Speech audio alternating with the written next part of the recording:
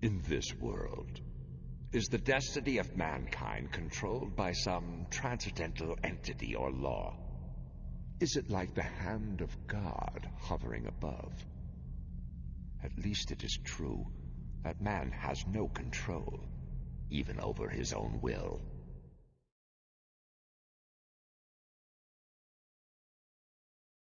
Here is an update on my final thoughts on the equipment.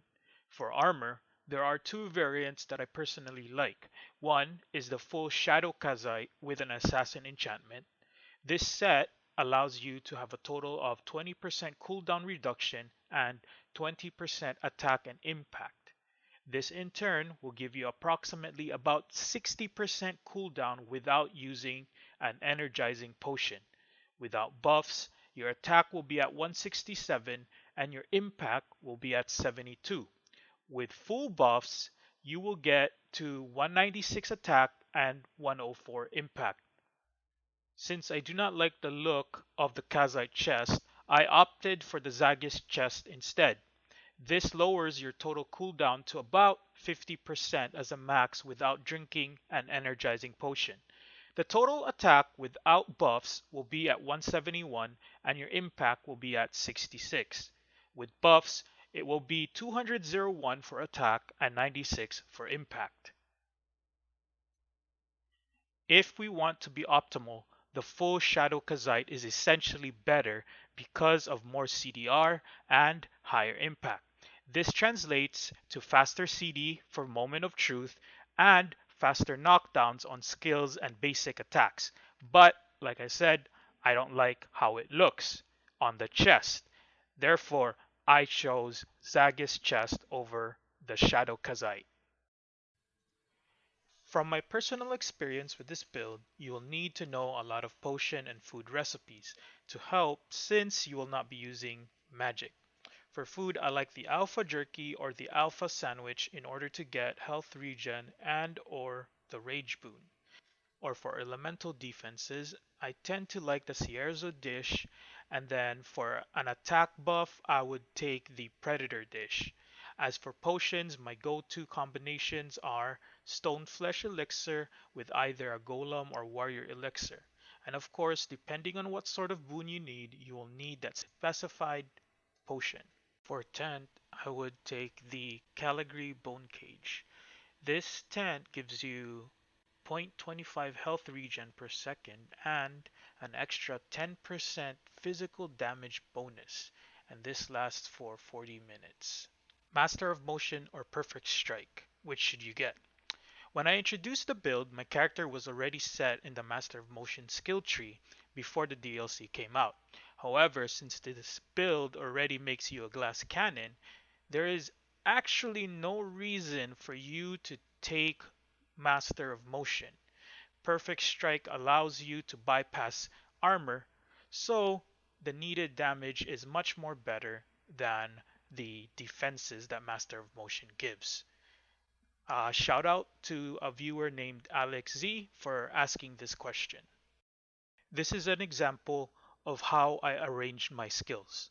The first three are the counters. Although the wiki says that you can't block elemental attacks with a two-handed counter, you most certainly can, so don't be afraid to use it. Next is probe, then the next three are the damage skills, and finally a health potion. You can opt out of the health potion if you are confident and either grab an earring reed or something else. But since I suck at reaction time and don't trust myself, I prefer having the health pot on command. From the damage skill, you want to open with Predator Leap into Moment of Truth. Even if they are knocked down, Moment of Truth pushes you slightly forward and extends your front hitbox by a little, and so therefore you can reach a knocked down enemy. Perfect Strike when you see an opening. The reason being, there is a wind up and a slight end lag on the skill. So don't use it when your enemy is still in mid animation or if your enemy is about to hit you. So why take probe? The reason for taking probe isn't just to raise our cooldown reduction with our passive. Probe has 5 different forms of attack depending on your alertness level. At 2 alertness, when you confirm a hit, you inflict confusion, and at 3 alertness, you inflict pain. Not to mention that from 0 to 3 alertness, you bypass the slow attack speed of the Tsar weapon, which in turn allows you to put the needed conditions as you ramp up. Typically, you don't want to use Moment of Truth until you've inflicted pain and have raised it to at least 3 or 4 alertness. A cool thing to do if you're confident is that you can put the Unerring Read or Prime skill into your skills bar. You will use this skill to force your own alertness to be lowered in order to cycle to either confusion or pain. So that wraps up my final thoughts on this build. I hope you try it out and have as much fun as I did. The DLC was definitely fun playing it without magic. Just a quick reminder that you are extremely fragile with this build. Although you have about 210 HP and 210 stamina, you are still paper thin. So dodge and guard accordingly. And without further ado, here is my character taking on a few bosses.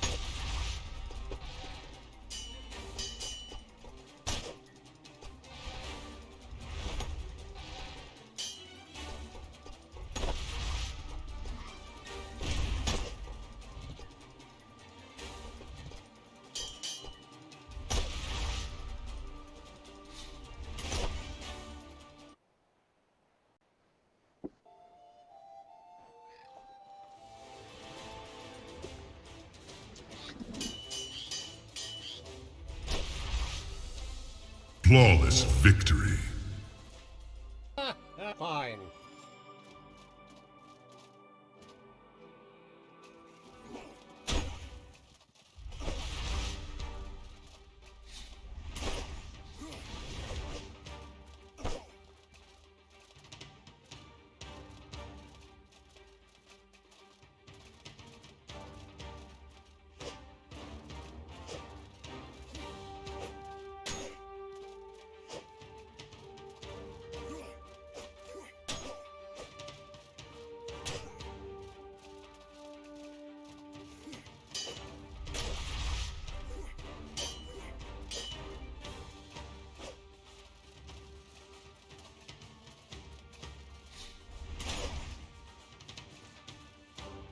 Here. What now? Fine.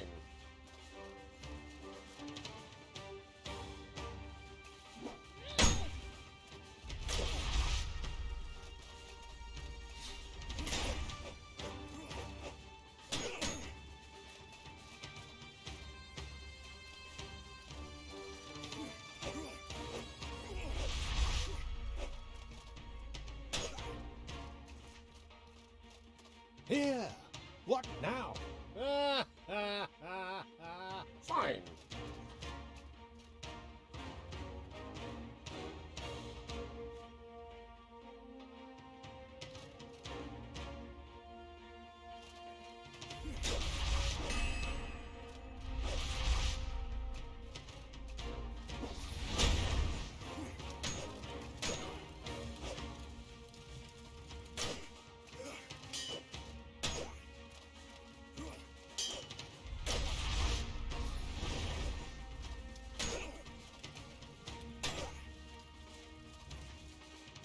Here.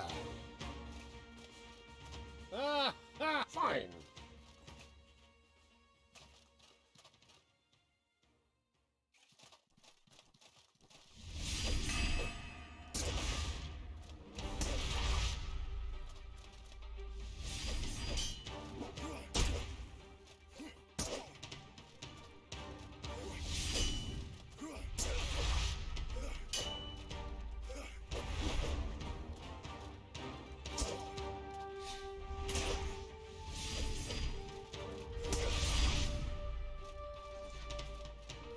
Here. What now? Fine.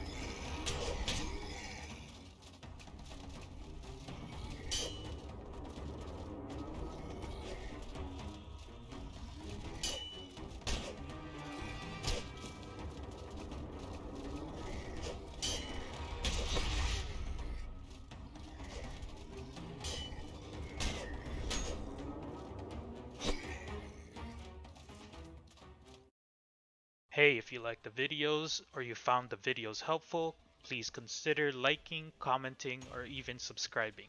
Feedback of any sort will also be appreciated and helps me create better videos. So once more, stay crazy and